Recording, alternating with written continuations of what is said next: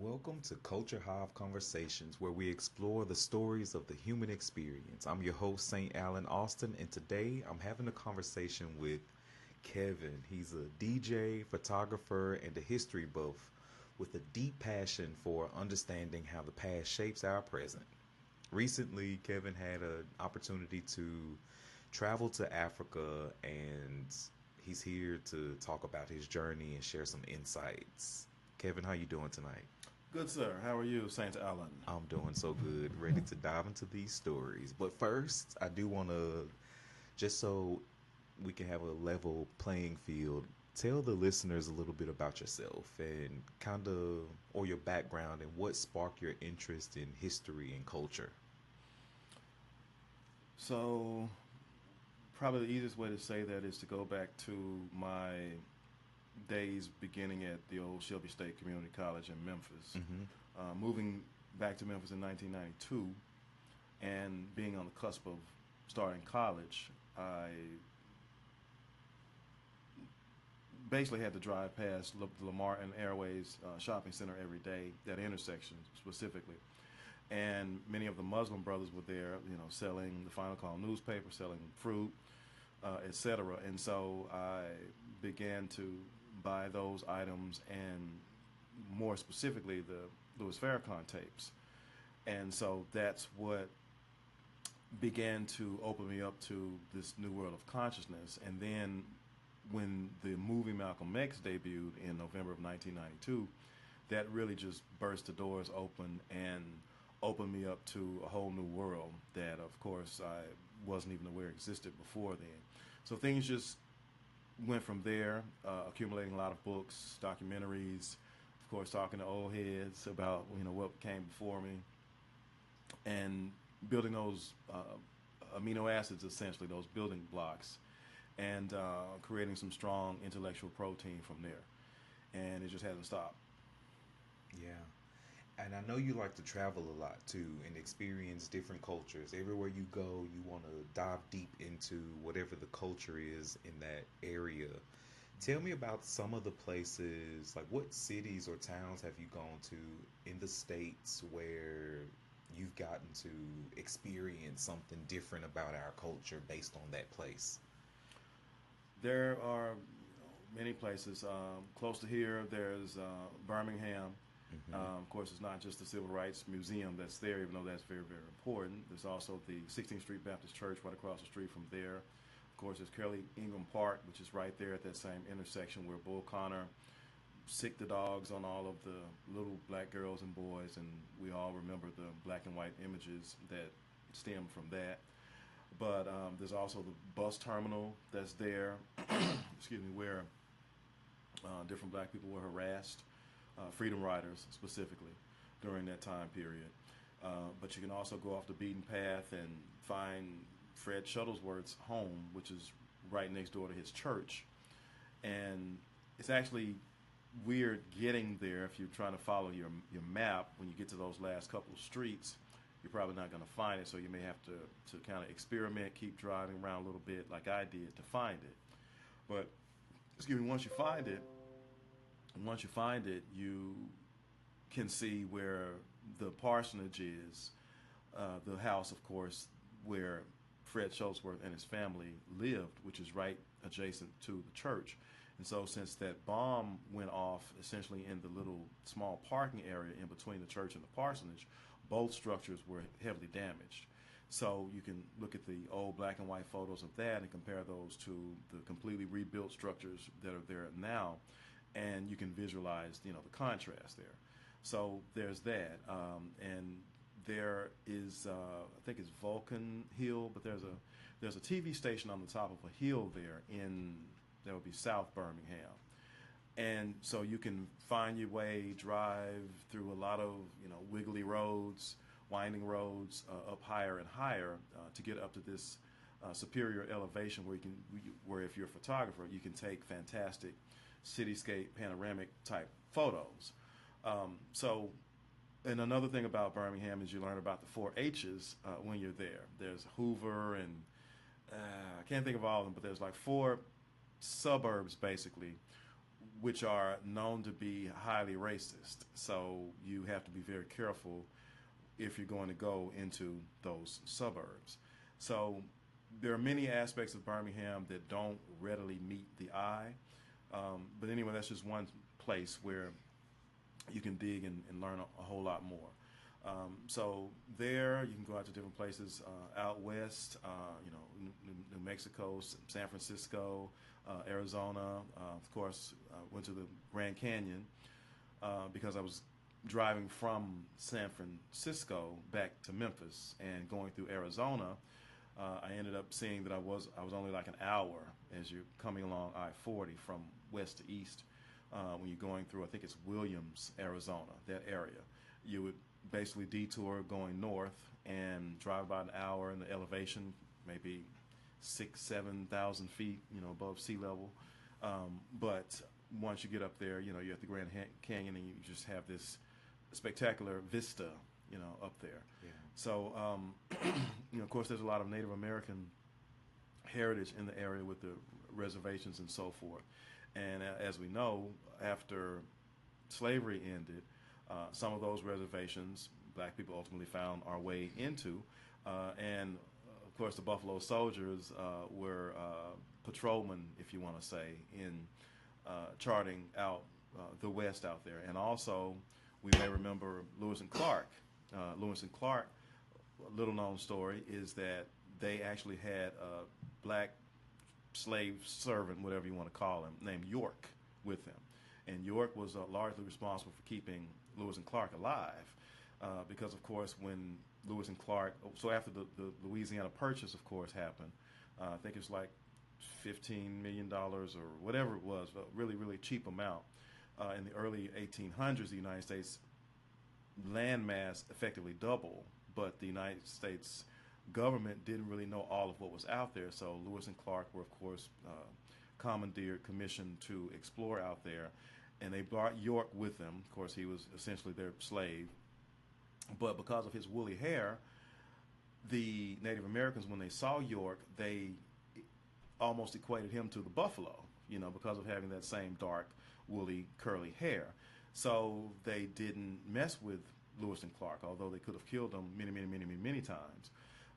So that route is also significant. Anytime you're in the Midwest, western areas, you can kind of trace the steps of Lewis and Clark. So pretty much any city that you go to, you can find some type of historical significance that black people contributed to. Yeah. So anyway, I'll stop there. Yeah. And that's what I appreciate too about all the cities I've been to, even in the Midwest, especially in the Midwest. For example, Joplin, Missouri, I went there this year, and they make a big noise around a hurricane, I believe, not a hurricane, a tornado that came through. But in one of the museums, a little small section about their black history, it had Langston Hughes is from here. I had no clue. I'm like, y'all should have led with this. So you really have to look under every rock to find the real history of these places we go to. But you have gone to what a lot of us think is like the ultimate destination as a black person, because that's where we came from, Africa. You took a trip to Africa. Before we talk about you being there, was there anything in particular you were hoping to learn or experience before you got to Africa? Sure, but let me just go back to Joplin, Missouri. Yeah. With Missouri, you have to always remember where you're at, where you are. Yes. Staunchly. Oh, you can't forget where you are in Missouri. You're going to see it everywhere you go. Right. So, unfortunately, there, or you can talk about Malcolm X's time in Omaha, Nebraska. Mm-hmm. When we think about Omaha, University of Nebraska and all that kind of stuff, you don't hear too much of anything about the fact that Malcolm X lived there for a while, or Lansing, Michigan, for that matter. Mm-hmm. So, as always, we have to keep our history alive. We have to know it first. Yeah. And it isn't the easiest thing in the world for us to acquire it unless we are around or inspired by conscious people, as they used to say back in the day, woke people. Mm-hmm. Of course, that term is quite trite and overused nowadays. But just wanted to mention it about Missouri. And of course, I was in Missouri this past August, which is basically 4 months ago, August 9th, for the 10-year anniversary of Michael Brown's killing there. So it was heartwarming to see the people who showed up, and I got a chance to speak with some activists there who turned me on to a couple things that I didn't know, and it's always going to be that way because unless you're actually in these cities, you're just going to miss something. Well, one activist there, and believe it or not, it was a white lady, a middle-aged white lady, who was there and who told me about Stranger Fruit, which is the documentary about Michael Brown's life that somehow I missed and wasn't informed about it, but she said it was probably the best documentary that she had seen because it was more so told through the perspective of Michael Brown's family. And that's not to be biased, it's just that his family told it like it was. And so when you see that, I ordered that DVD, and of course once you see it, you see why she said what she said about it, because it's just enthralling, really. It'll really pull you in, and many of the things that you thought you knew or that you suspected are just confirmed. Be it even the level of involvement of the, like top brass in law enforcement, the senators and all those kinds of folks in Missouri were complicit with the local law enforcement there to try to suppress evidence and cover up and to essentially let Darren Wilson off the hook, the cop who shot Michael Brown. So getting to Africa, since becoming conscious, 30 plus years ago, when you become conscious, you then learn how significant Africa is, not just to black folks, but really to everybody, because the oldest men and women who walked this earth were African people. That's where everything started, and it's not so much of a secret at this point, thanks to many anthropologists, archaeologists, just historians, various people who were willing to tell the truth as it is, as older people say. So Senegal, the Gambia, and Morocco were destinations on this particular trip. Knowing that that Morocco is more so in northern Africa. Of course, when you fly south from the United States and you head southeast, you end up in Africa. The reverse course of that, of course, is that northwest travel that the slave ships took, and pretty coincidentally, we look at the formation of the hurricanes. They take that same path. So, many, of course, in conscious circles feel that the hurricanes, and with the intensity and frequency with which we've seen those, are simply cries of our ancestors that are repeating themselves and showing themselves, almost like revenge, if you want to say. So getting to North Africa, that being Casablanca first, North Africa, of course, had a lot of invasions, incursions, whatever word you want to use, from the south, from those around the Mediterranean Sea, Europeans from those southern regions, be it France, be it Spain, etc. You remember the story of Alexander the so-called Great, right? So French ultimately had a stronghold there in Morocco. So when you go to Morocco, a lot of people speak French. That's the dominant language. Some do speak English. My group was only in Morocco for about a day, so there was only so much that we could sightsee, do, learn, etc. There was a large mosque there by the ocean, which I got various pictures of, and that was, of course, a big deal for Morocco, being a predominantly Muslim country, as were the other countries as well that we went to. Second of which being Senegal. The thing that are common, of course, between Senegal and Morocco, not that there are that many similarities, particularly on a social level. In Morocco, you tend to feel a little bit of tension and stiffness, particularly from whites in Morocco. So you often get the feeling you're just not wanted, right? But of course, once you go a little bit further south and you venture into Senegal, everything changes. You suddenly find black people there who are just welcoming, warm-hearted, very engaging, Yeah. vibrant, and anxious to see you. Mm-hmm. And they don't regard you as a foreigner per se. They see you as they see your skin tone with melanin, even if it's several shades lighter Right. than theirs, as mine was in many instances. But they still see you as a brother, Right. and that, or as a sister for those who are female. And so that's one thing that instantly jumps out at you is the level of courtesy and cordiality that you find in Senegal. Yeah. I was curious before we get too deep into the trip. I wanted to know, like, before you got there, what were some things you were hoping to learn Hmm. to, like, see if they actually showed up Hmm. before you, I mean, once you got there? Were there things you were anticipating or hoping to experience before you even made it to Africa? Well, I really wanted to be able to see what the current state was. Now, Mm-hmm. of course, we know what happened in those regions, slaves being stolen, kidnapped, etc., abused. But to see where Africa stands today and to try and draw a timeline and a parallel between what happened 3, 4, 500 years ago Yeah. versus today was certainly um, was certainly a big point for me, as well as Goree Island on in Senegal. Um, you all, when you hear those stories, read those stories, you really want to see how it feels. That's what you don't really get watching a documentary, listening to someone talk, a professor or whomever.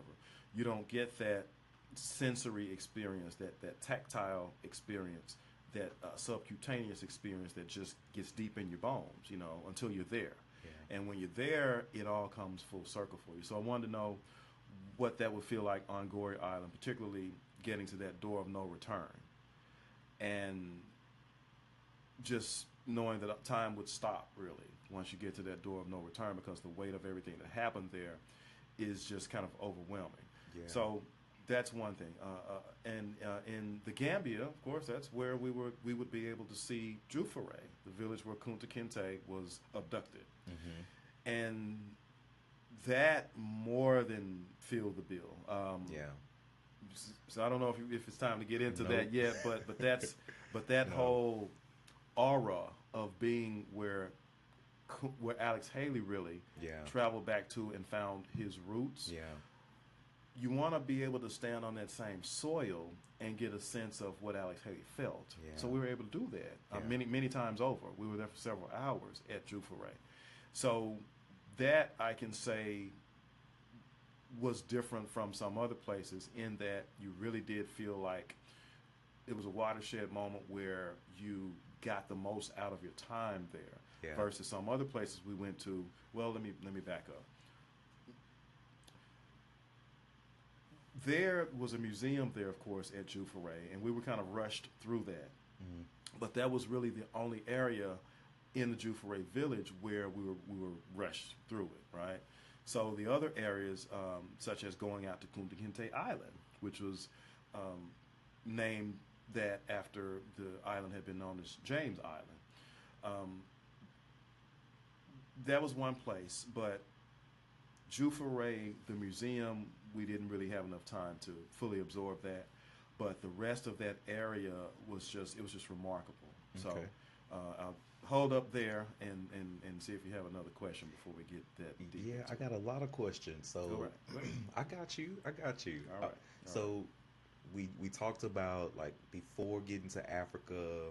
Now I want to hear, like, your initial impressions of the continent. Like, Mhm. now you're on the plane, you're landing. What are those initial, when reality is setting in? I mean, it's setting in the whole time you're there, I know, Mhm. but what were some of those first impressions of Africa, the place? Okay. I would have to answer that in three parts. Go ahead. Primarily because there were three different countries in Africa where we went, and there are similarities and differences between each country. Initial impressions about Morocco.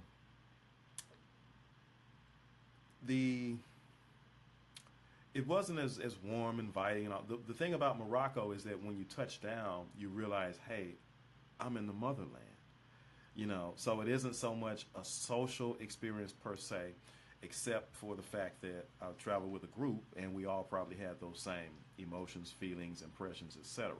You know, several of my group members had already been to Africa, so maybe it wasn't as vibrant of an experience for them, you know. But for those of us who were there for the first time, it's almost surreal Yeah.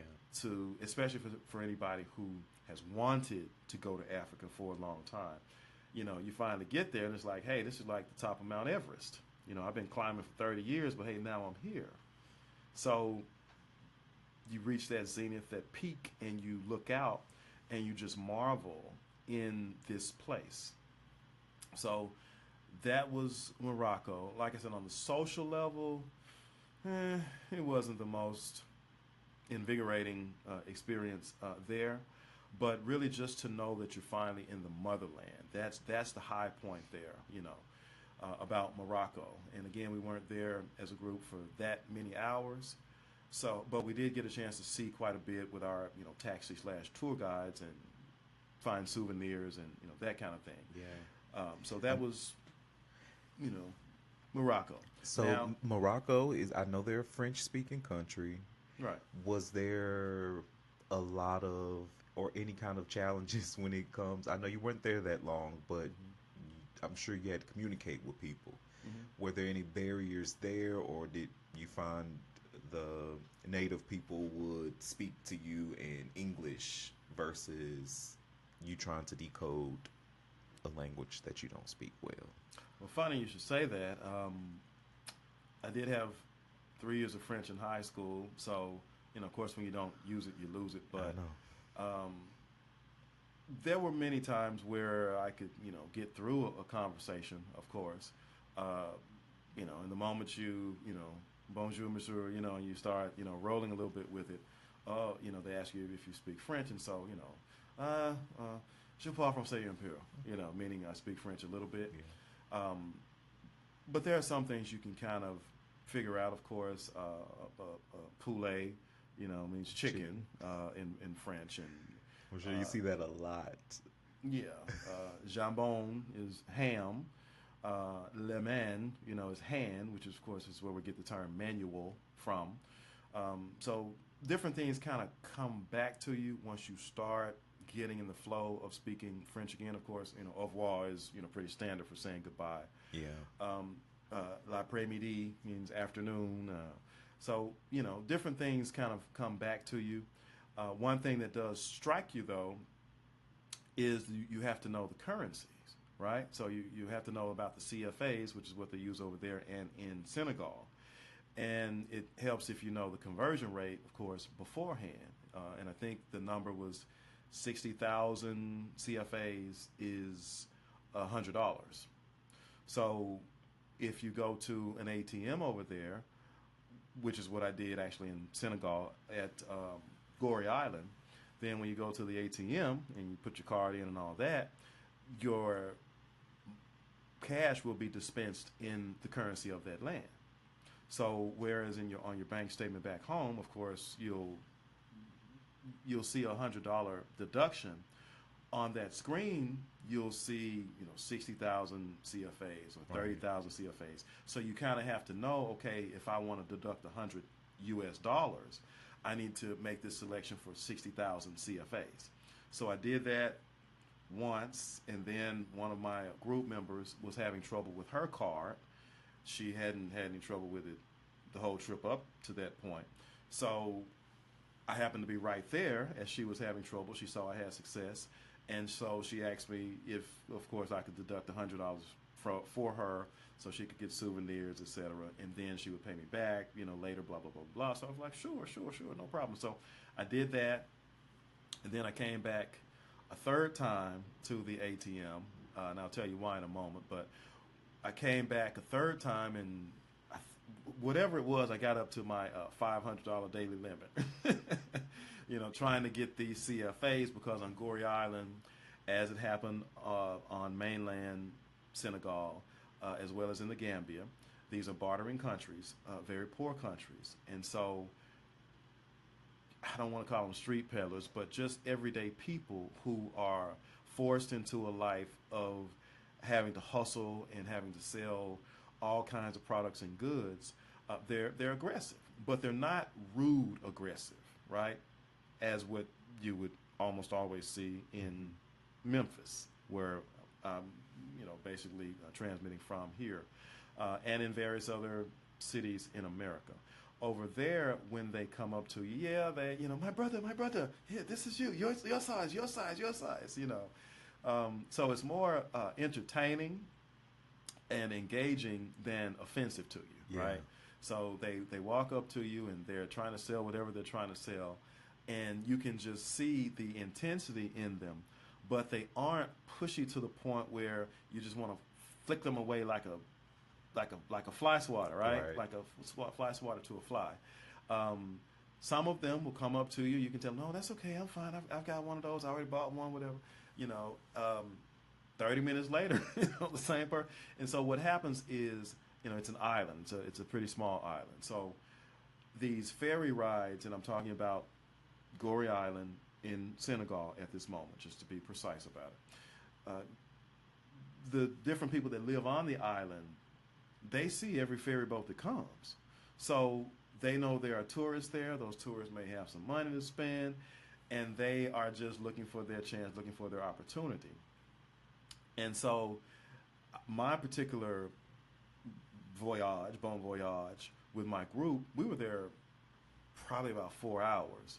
So when they saw one of us, they knew that the other ones would be around as well. So they knew there would be various opportunities to sell whatever it was they were selling. Yeah. And they could be very entertaining.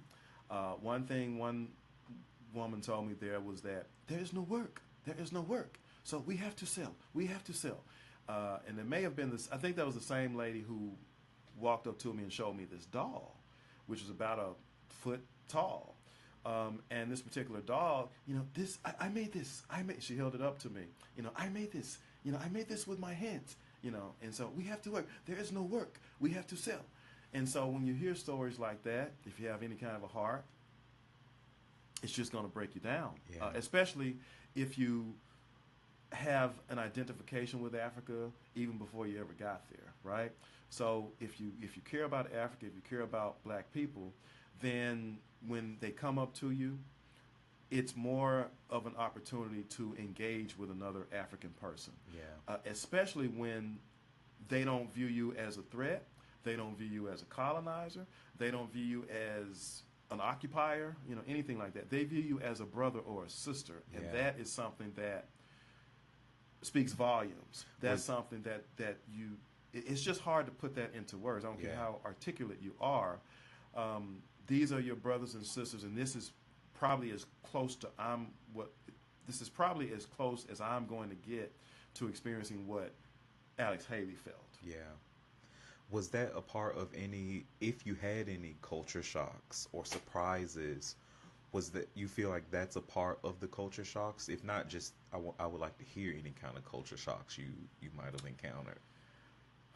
Culture shock, we hear plenty about, Africa, Feed the Children commercials, all that kind of stuff. Of course, the untold story in those Feed the Children commercials and other, broadcasts like them are this unanswered question of, okay, how did Africa get like this? Yeah. So without going into all of that, let me just say that I'm sure that other people, as myself, expected to see a certain amount of poverty. Of course, some of us may be familiar, me being a DJ, I'm familiar with Akon, right? So he has done a lot for Senegal. He's from there, and he's pumped millions of dollars into Senegal as it relates to getting fresh running water for different people, plumbing, electricity, etc. So, hats off to that brother for not forgetting where he came from. Yeah. And, other ones as well. So you kind of expect a certain level of poverty. What you don't really expect is, again, just the familial sense of brotherhood and sisterhood that you get there. And of course, some of it's going to be, okay, if I'm nice to this foreigner, this person may buy from me.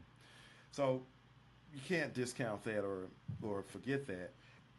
But it's so far beyond that.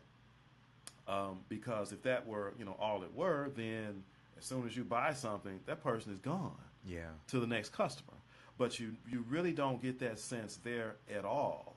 It's an experience for them to, yes, sell their product, because this is devastation for them, right? This is desperation for them. Yeah. They have to survive, and they have to be aggressive at it because the next meal is depending on it, right?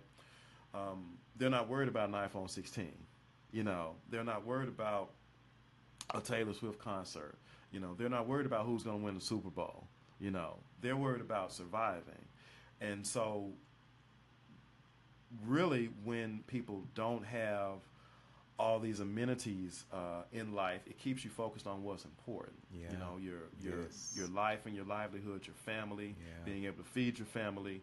But one thing I can say that does rise to the level of culture shock is the fact that despite all this despair, desperation, and it's got to be misery, but you don't get the sense that people feel down on themselves and that they've given up. You don't get that sense at all that people have just given up. Mm-hmm. They just know that like in Goree Island, that's an island. So unless they're going to go to the mainland somewhere and go into the larger urban centers, and even if you go to the larger urban centers, to a great degree, you're not going to find work.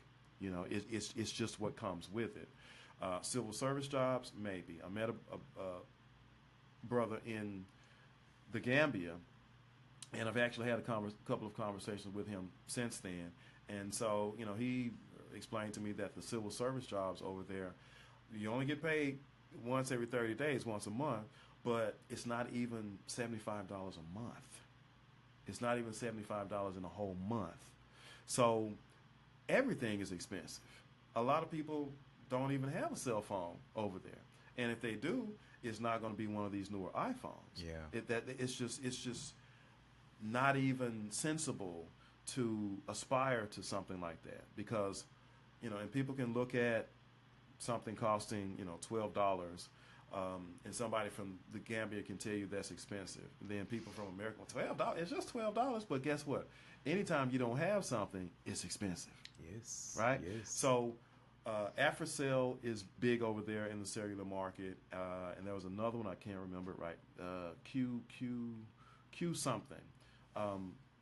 But again, a lot of people don't even have internet access. Yeah. You can go to public places over there and you still don't have internet access.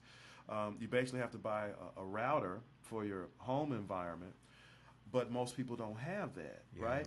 Most people don't even have transportation. The gentleman that I've spoken with over in the Gambia, he sometimes works shifts that can be like 8 to 4, 4 to 12. When he works these late night shifts, guess what? He doesn't go home immediately because it's dark outside.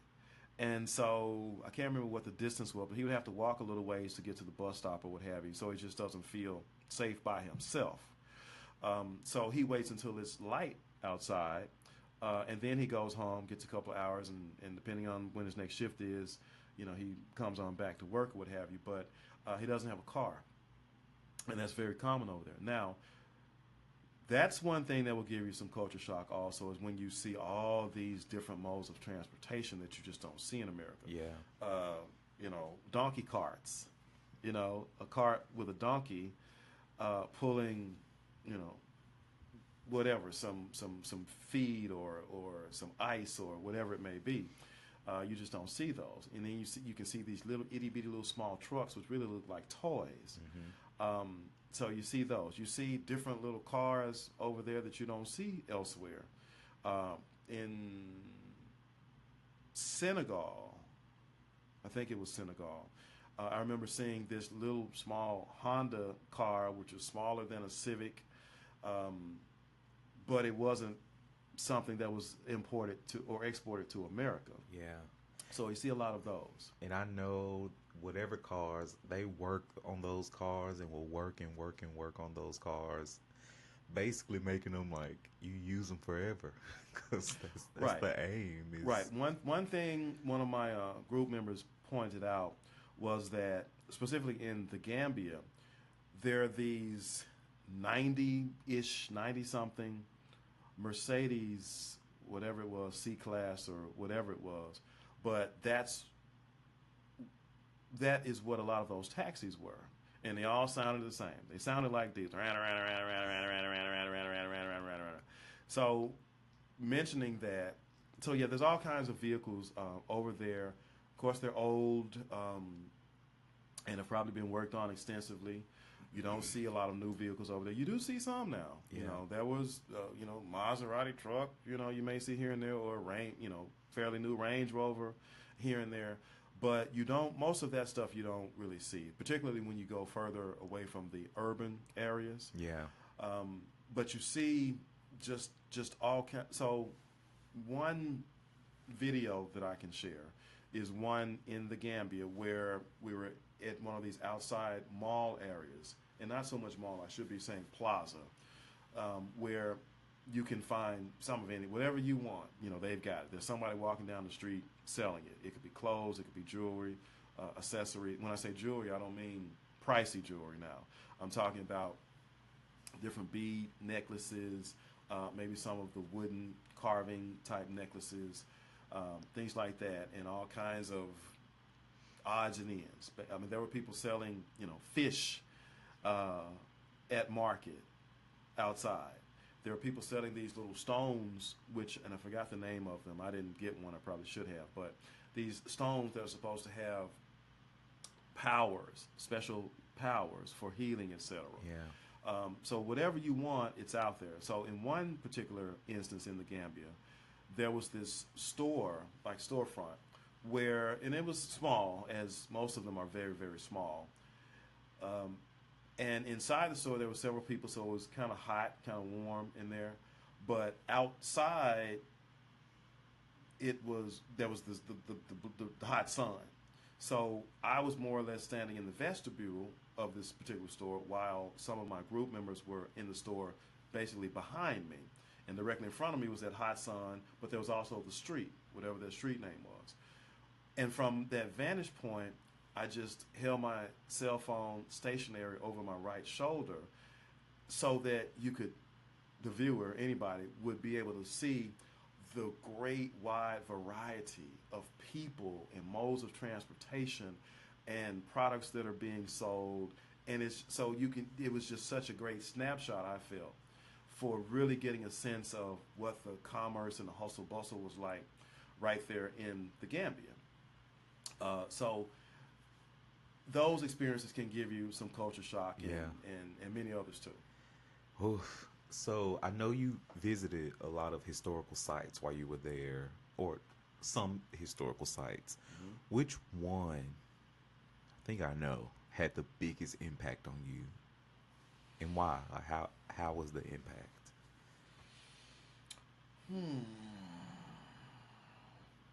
Cultural impact? The biggest impact. Biggest impact, it's going to be between Senegal and the Gambia, because again, that's where you really felt the brotherhood and the sisterhood in those countries. And I probably at the historical sites. I know you went to Goree. Goree is going to be up there. Yeah. Simply because of what happened there, and because of the resilience of the people there, and the majesty, really, of the people there. People don't, American people, westernized people, don't tend to equate impoverished people with royalty, right? But royalty can be so much in how you treat people, as in what you have or what you display or what you can buy. And the arrangement of the community, like they recognize you as the king or whatever you're called as the high. It's based on how people perceive that, and right. Yeah. So that indomitable spirit of the people, that is just an overarching type of feeling, right? So that, in the midst of what Goree Island has been through, definitely stands out in my mind. In the Gambia, it's going to be Jufere, Kunta Kinte's village, his ancestral homeland. So those two I would have to put up there at the top. There also was a monument there, the I think African Resistance Monument is the name of it, which I actually did not get a chance to see in the way that my group members did, because that's another story. I ended up missing the bus. Yeah. Um, The Renaissance. I think you call it the African Renaissance. Renaissance Monument. Yeah. All right. I'm Yeah. sorry. Thank you. Thank Yeah. you. Thank you. But In case people want to see it, because I know I've seen it and I don't think I ever knew the name of it. So when people look at it, they might be familiar with the African Renaissance statue, right? Yeah. right. That sounds right. Thank you. Yeah. So that one, my group members, basically, I took a rest day. In that, I think first day in Senegal, just because our travel schedule was just jam packed. It was hectic. It was draining. So, me being a proponent of proper rest, nutrition, fitness, etc., I just wanted to take a rest day, and for various reasons, I didn't go with the group that particular day. Um, but they went to that particular statue on that day, and of course, they told me about all these steps that they had to climb to get up to the top and all that, and it kind of seemed similar to the Statue of Liberty in New York, and they could get to the top of it and look out and blah blah blah, and that was all fine and well. But what ended up happening anyway is the next day we ended up going to some other places which brought us very close to where that statue was anyway. So I just stuck my camera out the window at 300 millimeter zoom range and was able to get some very good pictures of that statue anyway. Not quite from the vantage point where they had shot videos and acquired footage, but it was good enough for me. But yeah, the two at the very top, I'd have to put Jufuray, Yeah. Kunta Kinte's homeland, as well as Goree Island. Okay. Going back to the people, these resilient people that you interacted with, can you talk about a memorable interaction? Can I? Just like a particularly memorable interaction you had with the people. Okay, so at Jufuray Island, there was so we went to the museum part of it first, and the tour guide there ended up telling us a lot about Jufuray and the museum, and of course Kunta Kinte and Alex Haley and everything. So for some of us, that was a little bit of a review, but it was meaningful nonetheless. So after we got through with that, we ended up going around, and we were told that we were going to be able to go out to Kunta Kinte Island, which was a short canoe ride away, maybe 20-minute, 20-minute canoe ride away. So after coming back from Kunta Kinte Island, there was a middle-aged black gentleman, slim, kind of short black gentleman, who was trying to sell me like a statue of a dolphin, a statue of something else, and just a couple of items I really didn't need and really wasn't interested in. But so my group was about to eat right at about that time. And so, I just told I told the gentleman, I said, well, no, I don't think so, but, we're about to eat anyway. And so he was persistent still. So I was like, well, you know what, we're about to eat, so let me just think about it. So, we ate, and of course he was persistent, as most people in those countries are. And so once my group finished eating, and he saw me walking, from up underneath the restaurant area, going into the dirt roads of the village, he came up to me and he said, my friend, have you and your mind had a conversation about what you and I discussed? And it was just so just so funny the way he phrased Clever. that.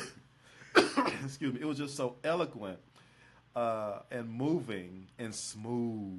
He was so. My friend, your mind. my friend, have you and your mind had a conversation about what we discussed? I'm actually going to use that. I'm going to use that, but I'm going to use it in the going off. Have you in your mind thought about? Yeah. So, there's that one. The interaction I had with the lady about the statue, of course, that was memorable. Let me also say, I think it was Barra Island in the Gambia, where my group, of course, we had to catch a ferry ride to get out to that area, and we went to the various markets. People bought items, etc. And of course, you have to have Dallases as the currency there, and I'll get to more of that about the Gambia in a minute. But we were about to leave there. We were about to get back on the bus, which would take us to the ferry, and so, yeah, that's the way that would work. So my group was kind of splintered in different directions, and everybody was trying to find everybody so we all could gather together and go back to the bus. So we got to this like gate area, and of course there's just crowds of people all over. So this one little girl was in the crowd, and I could tell she, wanted to say something. She probably was about 9 or 10, and just an innocent, pure looking young girl. And so, of course, the people are very polite there. Sometimes they ask for money, sometimes they don't. Most times they don't. Most times they want to sell you something. But anyway, this particular girl, she didn't seem to have anything on her, like socks she was trying to sell, or earrings, or wooden carvings, or anything like that. Right. So she just hello, and so I was like, hello, how are you? Good. And so she didn't say anything else, which I was expecting her to, but she didn't. So I just asked her, hey, so what are you doing? Because she looked like she was there all by herself. Even though it was daylight, plenty of people around, it wasn't dangerous or anything like that. She just looked out of place for a little girl to be in this mass of people all by herself. So I asked her, so what are you doing here? She said, I come down here, and if I see people, I bake. And if I get something, I take it to my mother, and then she buy food, and she cook food, and so we can eat. When she said that, if you have any kind of heart, that is just going to melt you like butter. Right. So it just pulled something away from me, but built me up in other ways at the exact same time. So Yeah. I gave her, I can't remember what the amount was, but I gave her some dollars. It was probably enough to get at least a meal. But you just feel for people, and you feel for the circumstances that lead our people, into that kind of desperation. Mm-hmm. But I must say that despite the desperation, just the poverty, the constant struggle, what you don't see in those people is violence. Mm. You don't see the tendency of people to resort to violence and robbing folks, right? Yeah. They don't. You just don't hear about that. You don't get that feeling.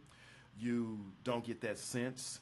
You get the sense that despite these people's horrendous circumstances, they are going to work. Yeah. They are going to acquire products. They're going to engage in commerce. They're going to sell various items to get money for their families so they can eat, so they can survive. That's the feeling, and that sense of strong brotherhood and sisterhood there. Yeah. That's what you get. In America, dire circumstances pretty much means somebody's getting beaten upside the head. But there's a whole conversation we could have around, because you're right, we could have around that. I feel like that's a whole podcast in itself, on how we're not like that, like they are in Africa. Because I do think at our core, that's probably all we ever wanted, was to just simply create, barter, share, be in community. That's human. That's very human. And what you're explaining to me, it sounds just like modern human. It's not caveman mentality or where we were, but it's today in 2024 where we would be if we were on a more natural plane. And I do feel like the violence and all, that's not natural. Not for black people, not for humans. Well, I'm gonna say not for black people, but some very violent people who went to Africa. I will say we've learned a lot of their traits, and we've been given. I say we were gonna hold this for another conversation, but you're absolutely right. I think there are reasons in America where we resort to violence versus working or developing some kind of skill or trade in order to make a living. Sure. Well, along those lines, there was a book in actually a two-volume series in the 90s by this author named Akil, Akil, um, From Niggas to Gods, Mm-hmm. right? So I think it was in volume one where he had this chapter called Return to Sender, where he essentially is saying that the black man, black woman in America are not natural criminals, but we've been made into criminals by natural criminals, right? Mm-hmm. And that we need to quote unquote return to sender, Right. Those tendencies, those tactics, we need to reject those Man. and reclaim who we originally were, Yeah. which, as you said, is not robbers. You know, we're Mm-hmm. kings, conquerors, mathematicians, statespeople, sculptors, blacksmiths, Hunters, highly gatherers, nurturers, all of the things right, that nature is. right, right, Even right. you saying like calling the other natural, like there are natural tendencies of, but I don't even look at the others as natural. I look at it, if I'm looking at it through some scientific lenses, a mutation, and their history has shown like what a mutated human, what a mutated human being would do, and Hmm. how us like societies of mutated human beings react to the rest of the world. And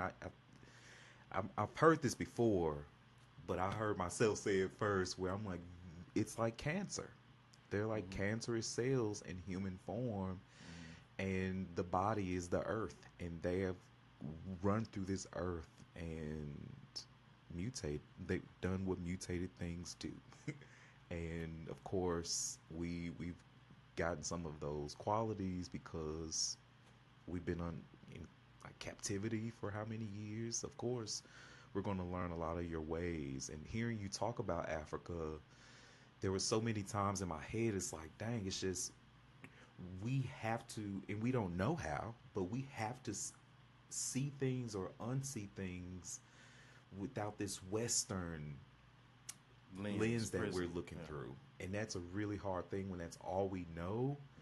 Hmm. And there's something else that we know that we don't know we know. It's just the intuition, the feeling that's always been with our people that's now in us, but what we've lived overpowers that. And I feel like it's a battle. Something in us is always going against this thing that is our real reality. And hearing stories of Africa helps to sort of see what that struggle is, that internal struggle. Right. Well, the tug of war that you're referring to exists in people who have learned and become aware of something about Africa, to the degree that you're westernized is the degree to which you don't appreciate Africa. And Yeah. most of us in this Western Hemisphere have been so thoroughly westernized through the American propaganda, which is nonstop. It is incessant. It does not stop. To the point where we don't value Africa. We don't place any merit in Africa because maybe nobody has told us that Africa is valuable, and we've only heard negative stories about Africa, Mm-hmm. be it all these voodoo stories that some people in the black religious sphere try to project, or maybe we just see so many, Tarzan movies and just so many negative things about Africa. But here's the question, though: if Africa is completely negative, then why did the white man go over there and set himself up to like a king in a castle? And white and yellow. Why the So white man and the yellow man yeah, yeah, are still over there right, with their hand in the right, pot? And why right. when African people, you think of South Africa, why has that become to me almost like America, where it's like you think South Africa, you think white, Hmm. and most of the places you go and where there is money to be spent, where there are things to be consumed, it's white, white, white consuming, white producing, but black still working in the kitchens, Hmm. black still being. It's a really odd look when I see people's experiences in South Africa. It's uncomfortable to watch. Well, the dichotomy is stark because, particularly in, let's say, Senegal, and of course, South Africa as well. But I'm refocusing to Senegal Yeah. since I was there and Mm-hmm. I'm not in South Africa. In Senegal and in Morocco, you see KFCs. You see McDonald's. You see, just other Western retail chains, stores, fast food places, etc. And you already know, what's happening there. The money's being made at the top, and the people who are working there is pretty much us, and not making hardly anything on those jobs. Similar to the same way that you find it in America, and of course the industries that are over there, you already know who's making the money at the top. So as the lady told me on Gory Island, there's no work. There is no work. You can go up and down the streets of Senegal as my group members and I did, like to go, find something to eat kind of late at night, that kind of thing. And you just see people everywhere, just everywhere, all on the streets, but you don't feel threatened. You don't feel at risk because they just seem to be going about their business, doing what they have to do to survive. Yeah. One lady was on the street 10 o'clock at night, 9 something, 10 o'clock at night. We saw her going and coming. When we left the hotel, got about a block or two, and then, found our little restaurant, ate, came back, saw the exact same lady. She was outside on the street cooking in this like little almost crock pot kind of contraption for what appeared to be her daughter, who may have been 2 years old, right beside her. Why is she out there like that? Because she doesn't have anywhere to go. She's on the streets, but she's cooking for her daughter, trying to survive. So Western spoiled people can't relate to that. Yeah. But still, you see a certain amount of dignity in the people. And that's one of these culture shock kind of things that you just don't think about. You don't see that in America. Yeah. Generally, the more desperate the situation, the more undignified the person may appear, and you end up scared of that person, right? So, but over there, you see this extreme poverty, but you still see a certain sense of pride and uprightness in people. Yeah. That fortitude. They're not going to give up. They're just going to cook or sell products, whatever they have to do, to make sure that they can provide for their family. And that's one reason why what I would like to see at the end of all of this is some renewed interest and vigor as it relates to Senegal and the Gambia specifically, because those are the poorer two of the three countries that I went to. And hopefully there can be recruitment of, I don't know, the corporate space, whatever needs to happen in order to maybe a nonprofit, something that needs to happen in order GoFundMe page. But and I don't want or need anything out of it. I just want to see some improvement come to the conditions of the people there. So when you're on Gory Island, when you're in Senegal, when you're in the Gambia, if you care anything at all about black people, then when they come up to you and they're trying to sell you this, that, and the other, you want to buy everything, if for no other reason than to patronize them. So in one of the outside market areas in Senegal specifically, I bought quite a few items, fabric, items for myself, but of course, this is an outside space. It's not like you're really trying on anything, right? You're just kind of sizing it up and trying to support people. So once I got to the hotel and got to try on everything, nothing fit. Nothing. Everything was just a little bit too small. At the markets, they were trying to sell me these different sandals, and as much as I did want a pair of sandals, I didn't have any. They were just too small. So, but you want to support everybody, and you wish you could buy everything. But, of course, your funds are not unlimited. And but the restrictions on your luggage are limited as it pertains to trying to get stuff on planes. So, in the street areas, I bought a duffel bag to house souvenirs. And then there was another market where I ended up buying a backpack because the items that I had on me needed to go in something. So you want to support everybody who's there. You just don't have the funds, and you don't have the space to go on an airplane to do so. But it really warms you up inside to know that at least maybe you can help them buy a meal or something. Yeah. Something is better than nothing. If you had to just send a short little text message to Africa to recap your time, and you want to send a message to this place called Africa, what would you say? Like, what would you want to say to Africa after you've left? What would you say? In short, to quote the Frankie Beverly song, "We are one," right? But to expound upon that, I would definitely say that I haven't forgotten, Yeah.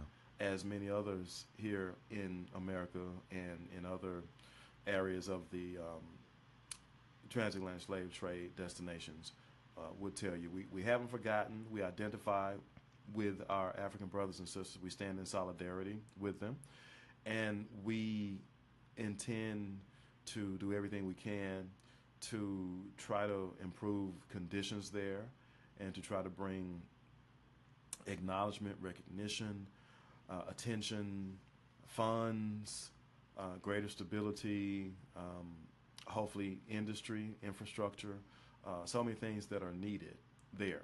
The gentleman who I've been corresponding with some over there in the Gambia told me about the upcountry. Well, my group, we didn't get a chance to go to the upcountry. And this is yet another reason why it can be great to establish these links with people who are actually in these countries, because they can maybe take you off the beaten path and show you some things that you really need to see that you wouldn't get on a normal tour. That happened for me when I went to Tulsa. I know we kind of stopped talking about stateside stuff, but Tulsa and the Black Wall Street is another, that's a whole other podcast, right? But going there, I was able to meet an older gentleman in the downtown area, Greenwood and Archer, I think is that intersection. And he's actually a descendant of the survivors from 1921. So he got to showing me just various places in Tulsa that you don't get on a normal tour. And just to be very brief about that, since it's not all that pertinent, he showed me where John Starks Park was. So basketball fans may remember that John Starks played guard with the New York Knicks during the time when Michael Jordan and Scottie Pippen and the Bulls were on their championship runs and all of that. And there's a famous play where John Starks dunked left-handed on Michael Jordan and Scottie Pippen. But I must have forgotten that John Starks was from Tulsa. But he is. And so I was shown and took pictures of John Starks Park there. Wayman Tisdale as well, the basketball player, jazz expert, jazz artist, is also from there. So I saw the either junior high school or high school where Wayman Tisdale went to. So these are just some kind of minuscule examples, but the point though is that it's best to talk to as many people as you can, because you might end up establishing some connections with people there, and they might be able to show you some things that you're just not going to get otherwise. So I would love to go back to the Gambia, to the upcountry, and see exactly what this gentleman is talking about in terms of electricity being needed, running water being needed. As much poverty as we did see, we didn't go to the upcountry. So I'm sure that's going to be another level of it. And if we don't raise awareness, then probably nothing's going to improve. Right. So all of this is necessary. And if you have a heart, then when you go to these countries, you talk to people, you see different things, you're going to want to help. Yeah. And we all need help sometimes. None of us should get on our high horse and think that we don't or won't need help, because that may be tomorrow or right around the corner. So, one last thing before we go. I want you to give a piece of advice for someone who hasn't visited Africa yet. What would you say to someone who is planning a trip or considering going to Africa? What's one piece of advice? Well, you may have to stop me on this one because there are many things that I would want to tell them or need to tell them. They only need one piece of advice. Sir? They only need one piece.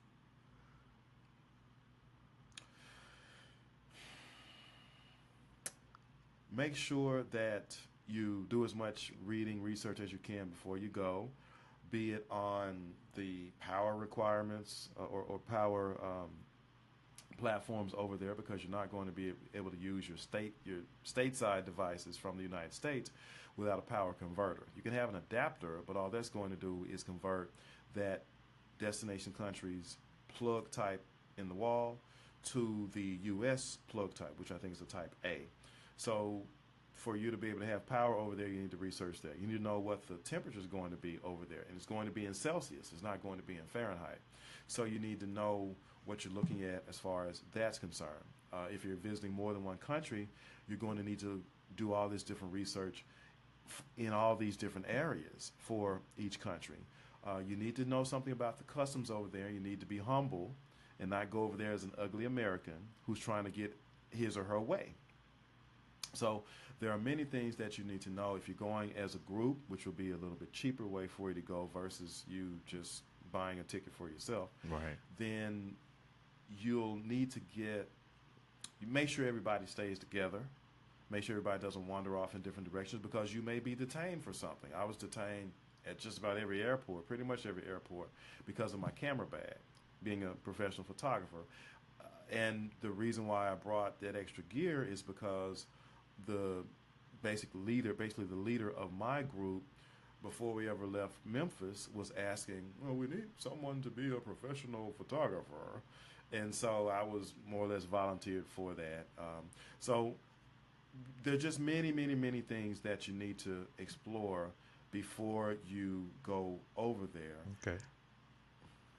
Thank you for that. Okay. One last thing. Sure. What's one word that sums up this experience you had with Africa? Ecstasy. Ecstasy.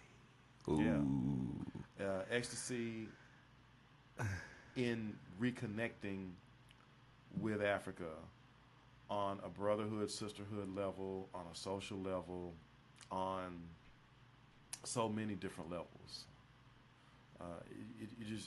One word really doesn't satisfy. Ecstasy. But that's coming from someone who appreciates and loves Africa.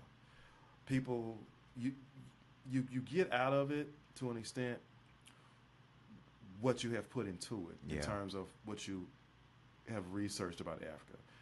A lot of people of the other persuasion, they want to go to Africa on a safari.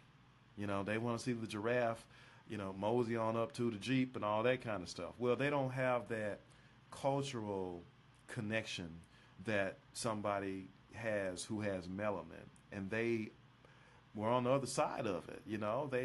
They weren't ravaged and damaged and nearly depopulated as a people, and abducted from their homelands and all of that. So naturally going to see things differently. But for somebody who knows our history and who thereby and therefore loves and appreciates Africa, it's going to take on a whole new meaning once you get there. Yeah. I appreciate you for joining me on this episode. I do look forward to other conversations about Africa and just more culture conversations. Thanks for your insights and your experience. And everybody listening, I hope this conversation inspires you to explore the world, even if it's down the street. What can you learn about culture from that place? Embrace the richness of our human diversity. And until next time, keep on exploring, man. All right.